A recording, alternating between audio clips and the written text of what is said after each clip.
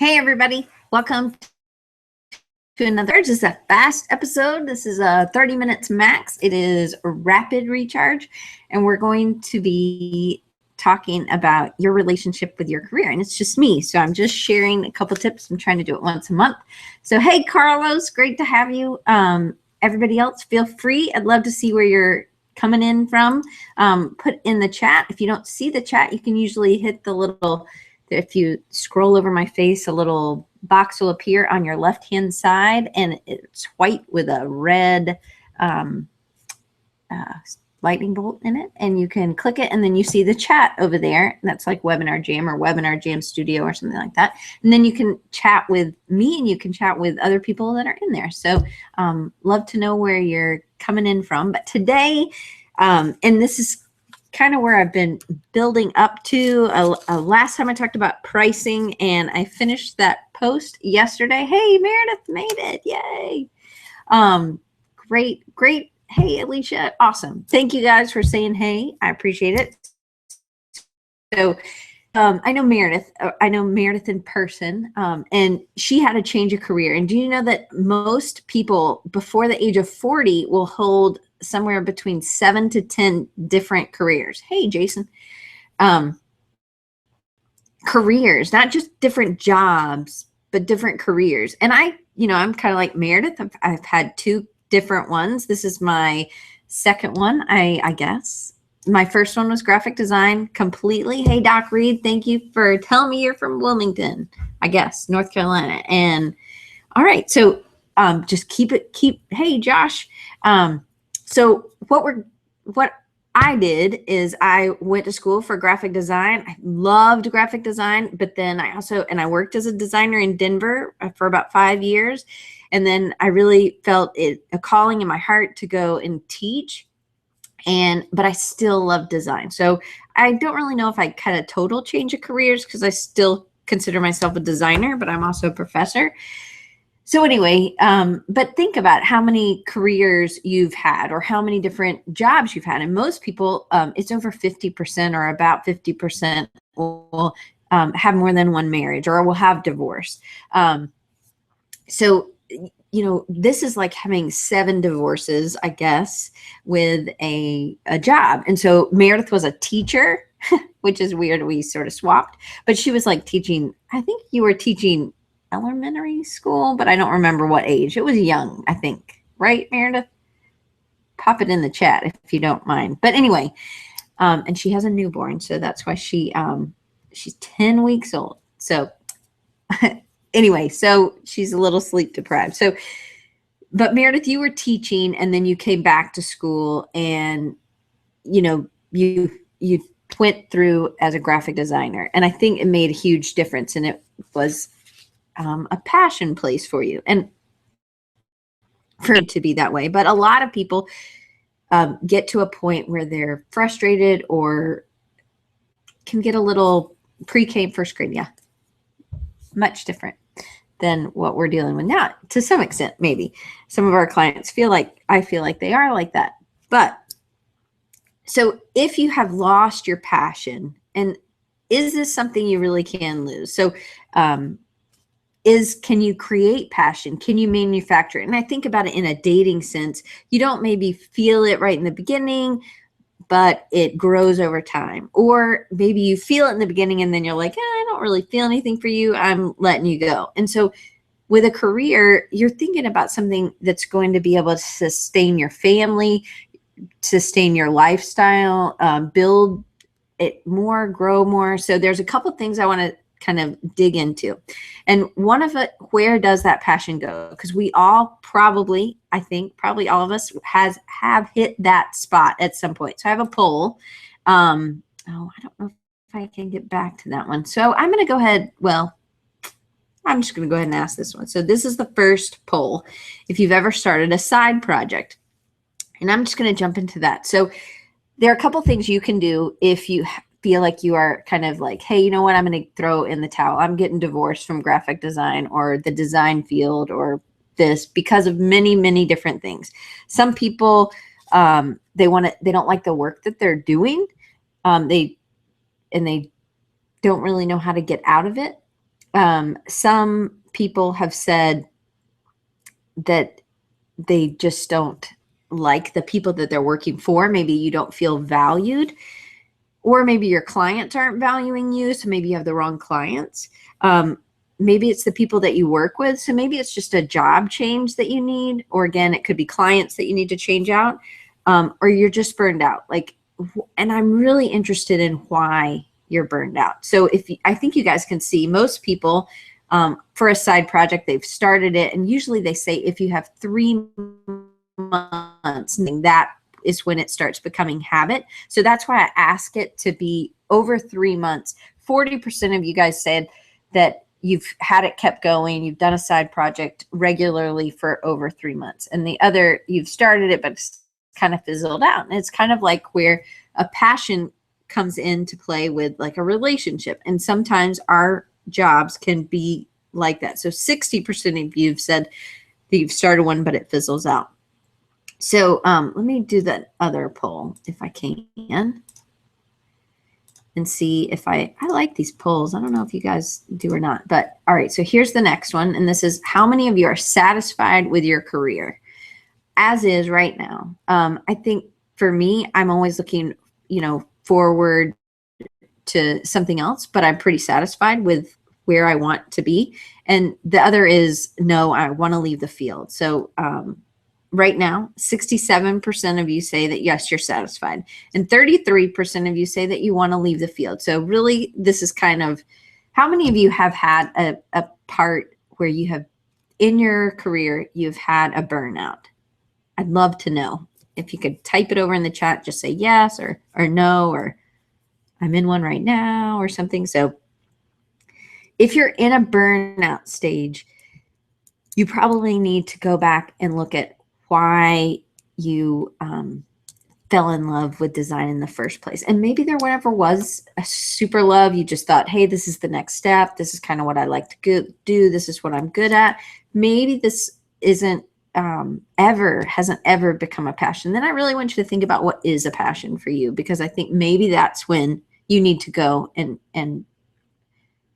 go into that other field. So, okay. So I'm getting some yes right now. I'm on the cusp of it. There are two extremes. I'm somewhere in the middle. Definitely. I think burnout can be something that is short-lived sometimes, and then it's kind of extends, but you kind of feel trapped because you need the money to keep putting food on your plate for your family, and paying for things. And Matt says he's currently burned out. And I'm having lunch with Matt tomorrow, so I'm excited about that.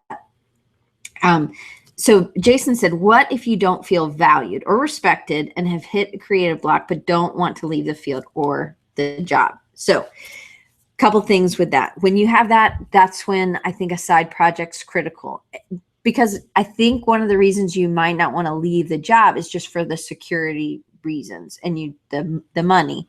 But sometimes a side project, it may take a year, but a side project can lead to a job that is more in the area you want to go in. So one of the first things is, so Roseanne says, burnout is not the problem. The problem is that sometimes difficult that's changing. Amen. You have to totally stay up, but that's where you can specialize. And if you're specializing, yes, you have to continually learn. Our field is always changing and growing.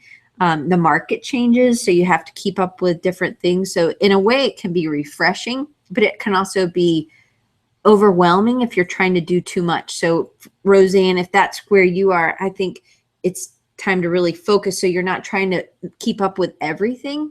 Maybe you just need to try to keep up with our interests to you. And that's kind of what I've done and what I've seen, what I've analyzed from other people that seems to have really worked for them. So if you are in that position, you could say, if you're in a job, you really don't want to leave it, you could try to change and learn more of a concentrated, focused skill. So say you do web design, but you really want to focus more on UX, UI, and specifically that for either websites or app development. So you really start analyzing, you go to conferences that are talking about that, and you start networking and learning from people, and you start really reading and researching and then commenting on blogs that are talking about this. Says we're always asked to do way more. We need to know Photoshop, Illustrator, MySQL, HTML, CSS, PHP, 3D Studio, Studio Max, et cetera, et cetera. Again, yes, that's where you're being pulled. So you're in a place where they're not having you specialize. You're trying to have to cover. And that's where I think Roseanne is coming from, where maybe it's just too much. You can't keep up without that. And that's where that kind of burnout happens. It's like, oh, I just want to walk away. I just want to be, I just want to, get people's groceries through the line and don't, because it can be overwhelming. So Doc Reed says, currently working toward making hard changes, and my point to state and dig in, need to be part of the solution instead of the problem. And I totally agree. So, but I love the field. And so I have to sometimes go back and say, what do I love about it? And what did I want to learn 5 years ago that I still haven't learned? So I have to put in some time. So for people who don't really want to leave their job because they don't have another one in line, they don't want to just go do freelance full time, you could try to do more specialized, take some training, spend some money to do some of those conferences or specialized training, take time, set aside a time on the weekend just to do some reading. Maybe you get up early and you start analyzing, and again, it's going to take time. It's not going to be like, hey, in 3 weeks you can be a specialist.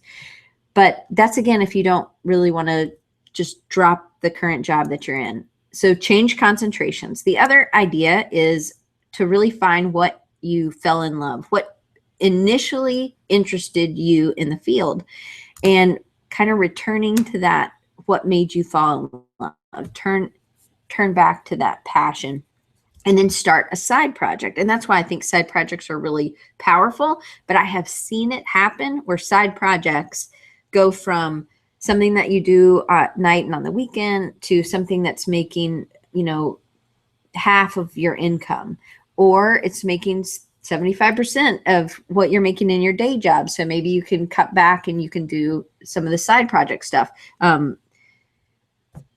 Or you can have a side project that's not really connected to your work in your office at 9 to 5 job, but your side project turns into within a period of time. I know Bob Ewing, I've had him on the show a couple times.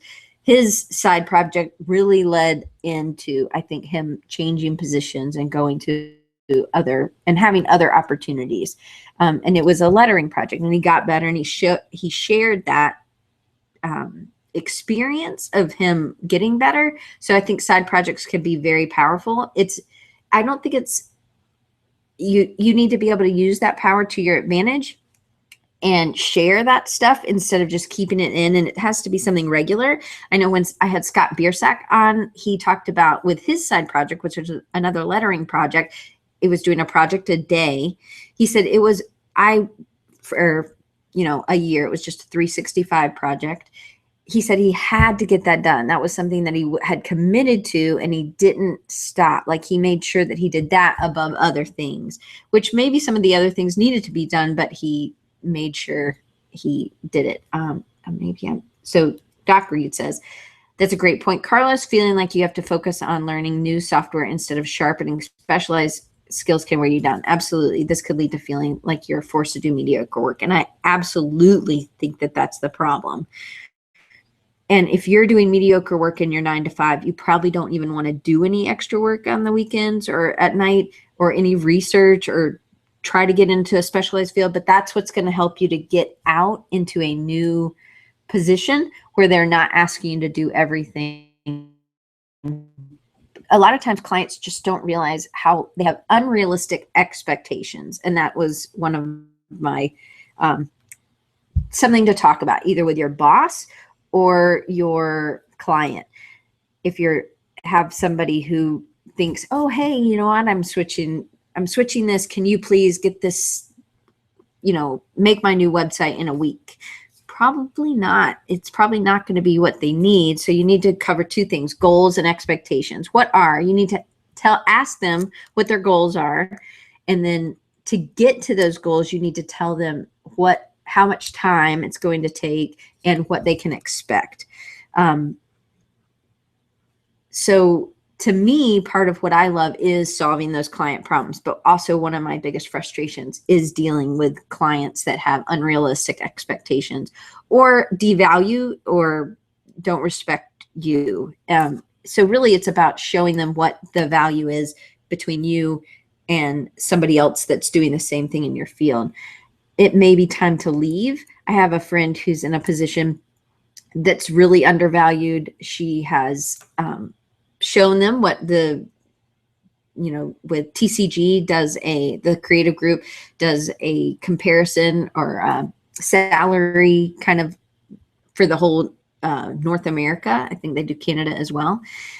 And you come in, you can show them what somebody else with your level of experience, kind of with what you're doing, what they're making in other cities and what they're making in your general area. And I think that's something you can go to a meeting with. You can't ask for a meeting and not tell them what you're going to, but just say, hey, I'd like to talk about this, and then go back and then get the information and then come back and make another meeting.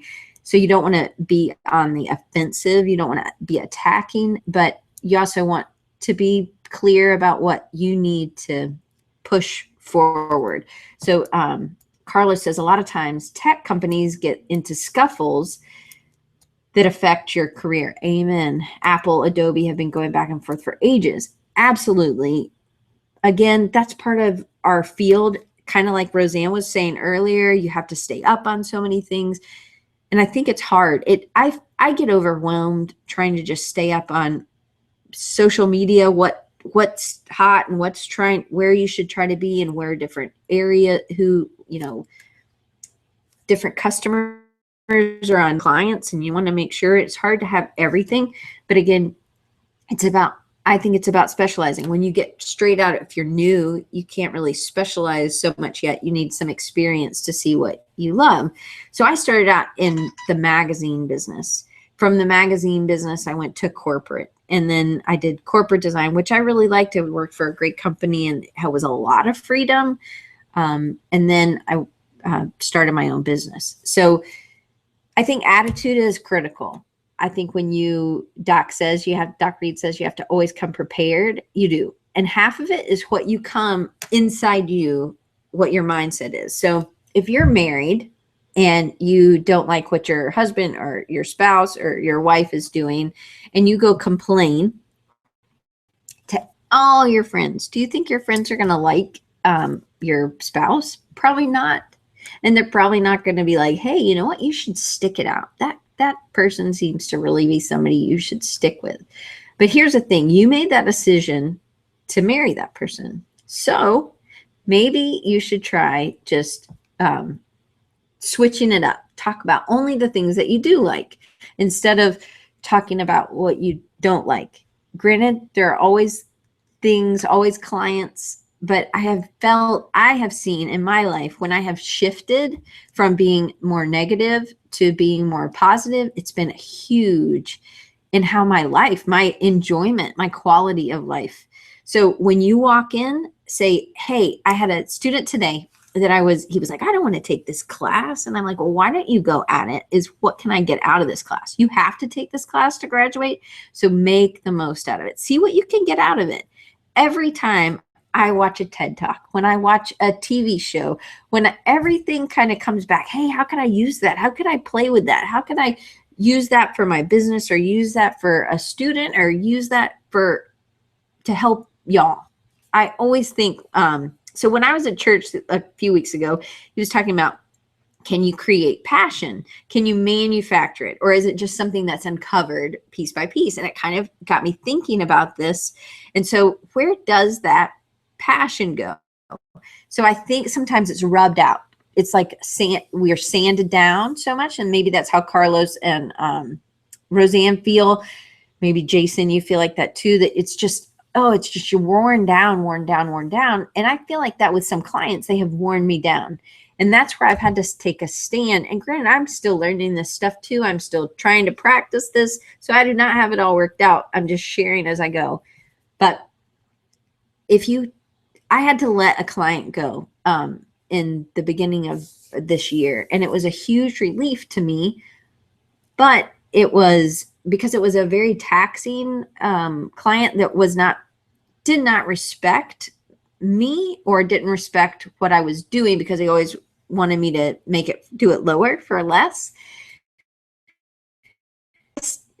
When I let him go, it was freeing. Did it put me and my family in a financial burden? Yes, to some extent it did. But it just made me really have to say, hey, I've got to make this side project work, or I've got to make this, give ultimate client satisfaction to the other people who do really want to help me, and not necessarily want to help me, but, want to work with me. So how much are you complaining about it? So what I would say is try for a week to not say anything bad about any client. Only say the positive things, and only say the positive things about your job. And then think about what parts you do like. Really go back into what it is you do like. So Jason says only 5% of his job is design. So maybe that's one of the issues that you need to, and I'm not sure exactly what Doc Reed said about my mental sharpness went up. It definitely, if you're talking about when I got rid of the client, it was terrific. My financial burden, but my relief, the anxiety I was feeling from just having to deal with him and always having to try to, it was like walking on eggshells. I'm sure you all have some of that. And Alicia's asking Jason, I think, is it because you ended up more in management? Yeah, not that kind of positivity, Carlos, but I do get what you're saying. So there's a researcher, and I believe she's at Stanford or Harvard or one of those big ones, who, her name's Amy Cuddy, Cuddy. And I didn't let you go, William. You said I waddled. Anyway, William was one of my students a long time ago. So Amy Cuddy has a TED Talk, and I really encourage you guys all to watch this TED Talk. And if you just Google it, Amy Cuddy, Amy Cuddy, TED Talk, you'll see it. And it's about faking it till you become it. Not fake it till you make it, but fake it till you become it. She did not want to give a talk, and because she had some brain injuries, and she was very, very self-conscious. So when she went to her grad school at Harvard, her person says, look, you just need to do it. And I had a professor like that as well. He said, I don't care about what's going on in your life, just get your work done.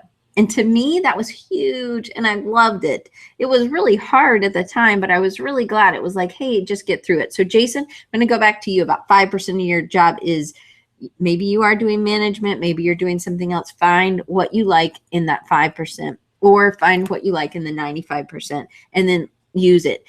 But then maybe a side project's going to be huge. I know Jason had done an awesome illustration. It's on his Dribbble, and you may want to share your Dribbble, Jason, so people can see it. But it was great, and I hadn't seen him do work like that. So to me, and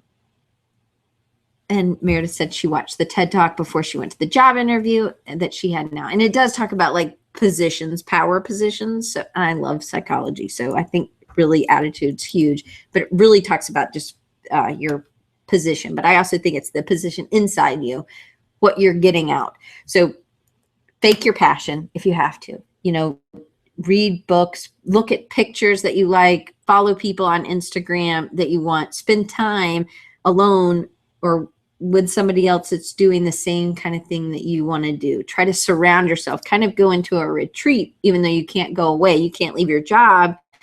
Retreat at least for an hour a week, at least minimum, and maybe an hour a day, trying to work on something that will push you forward to the kind of job you want to do. Hopefully Jason, he sometimes has to pull away and go to a meeting or whatever, since he only gets to design 5%. Boo.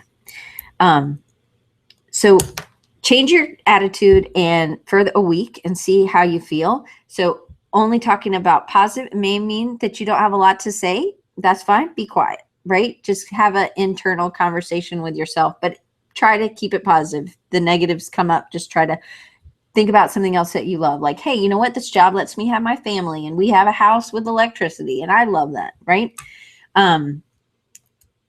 So return to what made you interested. Maybe it was like a animation. Just go retreat once a week at least. Go and watch something that has to do. Maybe it's a Skillshare. Maybe it's just a bunch of YouTube videos that gets you back excited about doing it. And then just start. Pick a project. I would suggest picking a project that has something that other people are really connected to. Maybe it's about an animal or it's about a place. I probably wouldn't do something inanimate necessarily. It tends to not have as good of a following, but maybe you like a certain movie, then you pick characters out of it, or you make up your own, I don't know, whatever. You can do lots of things. And if you're in the place where maybe you're like Jason, or maybe you're like Roseanne, you kind of feel spread too thin, then what I would say to stick it out, because so the reason I created this course, the course that I've made, Finding Your Superpower and Telling Your Story, was because my friend Tara, my best friend, like she had worked for somebody for like 10 years doing awesome illustrations, design, and then she was working for herself, and then the economy crashed, and she's, taking care of 2 little girls, and it just wasn't. She was like, I just want to do something else. I'm tired of this. And I think it wasn't that she wasn't doing good work. She was doing great work, but she just wasn't passionate about it anymore. It just seemed so much like work, but really she wasn't maybe utilizing all of her best talents. So this conversation I had with her made me think so hard about, because she was going to go be like an EMT. And I'm like, wow, that's still service. You're still having to deal with people. Really, it's not much is going to change, except it's going to be a lot more blood probably. And maybe not as much money, probably.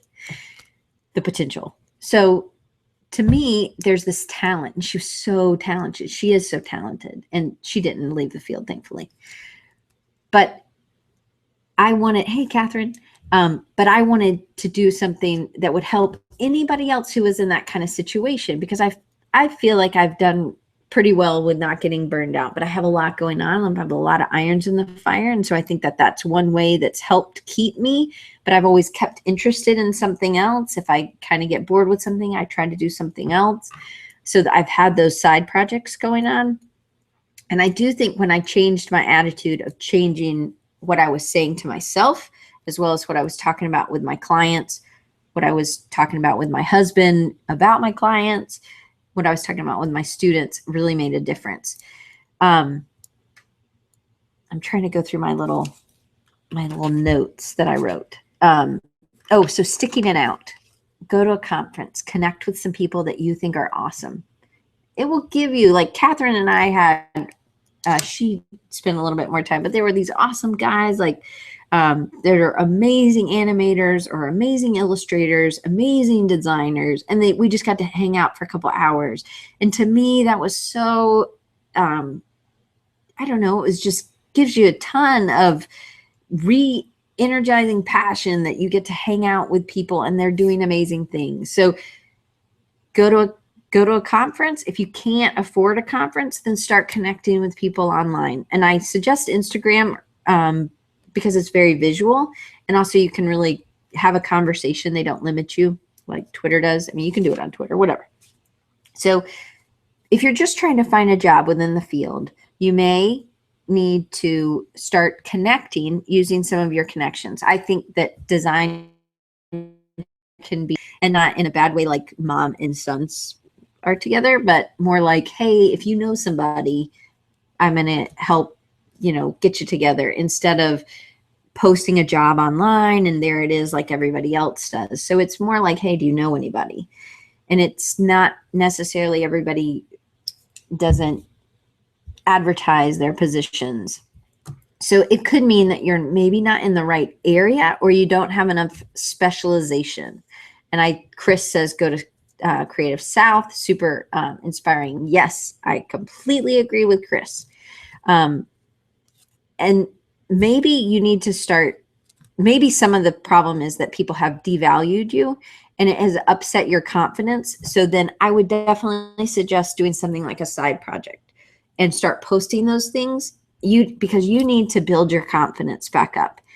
Or maybe you need to do an online critique or come regularly to a meeting or join AIGA or something else where you're connecting with other designers regularly and you have trust, you're building trust with them. Then possibly they'll help you get jobs. Carlos, I think Carlos, you joined not the last time, but when I interviewed Gage, I think. Anyway, but maybe it's a confidence thing because everybody keeps devaluing you, or you're supposed to post your dribble of that illustration you did. If you're burned out, side project. I think a side project's huge. So Derek Castle, love him. He's awesome. I think his handle is Straw Castle. STRAWCASTLE. He's a web designer by day, works for like hospital web design things. But on the side, thank you, Carlos. And William says, do a meetup.com. That's awesome. So I lose my train of thought super much when nobody else is there to tell me what I'm talking about.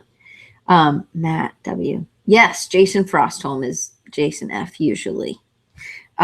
Anyway, but if you're burned out, a side project can be really helpful. So, Derek Castle, he does all this linoleum and he's awesome prints, and he was doing this totally on the side. And now it's so much that his wife was able to quit work.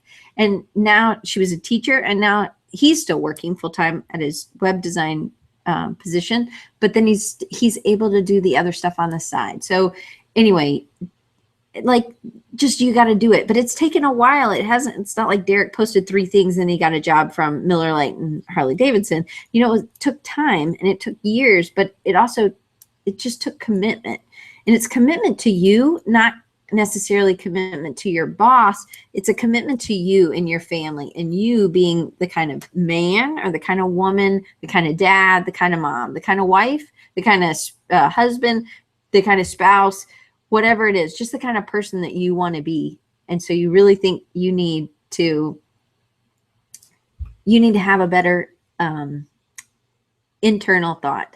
And a lot of that has to do with clients not valuing you. So maybe it's the people that you work with. Maybe you need to say, hey, let's do a co-working thing, do a project together with one another, get you excited again. And if you don't like doing client work, then maybe that side project's really for you. Maybe you need to do a poster series and try to sell the posters, or a sticker series. If you don't have a lot of money, maybe stickers are the way to go. Maybe there's t-shirts, maybe there's something else, but maybe you start kind of a side business. Those are just a couple of ideas. Hopefully it helped.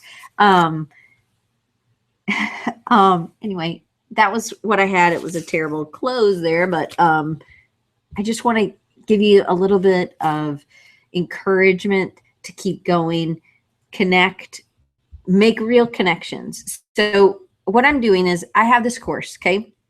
And today only, so the course is like $397, which may be a little much for somebody who's in this position where they're like, oh crap, I don't have the money to do this.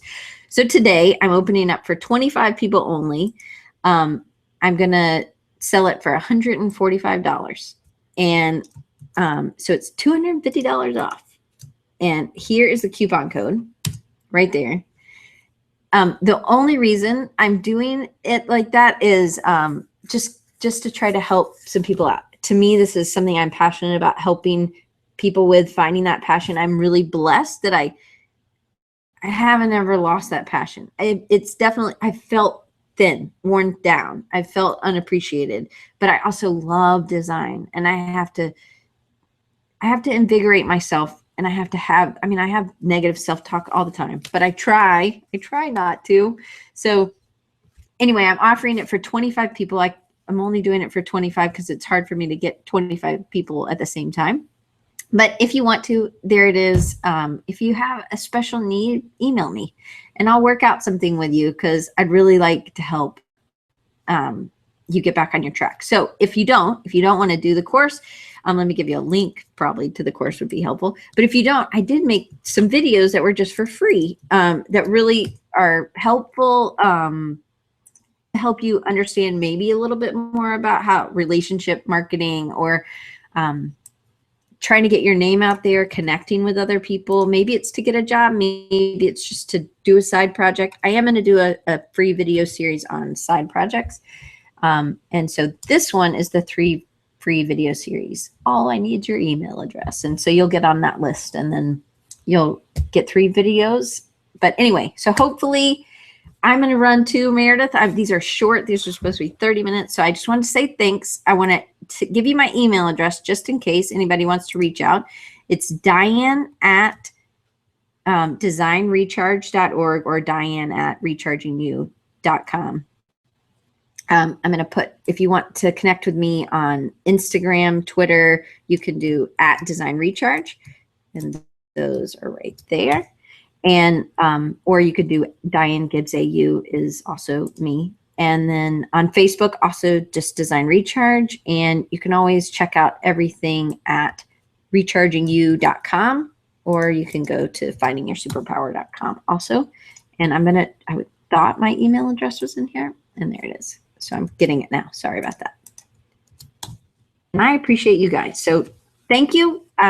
Watch it again if you want. And I hope, and share the link if you want. And there will be comments.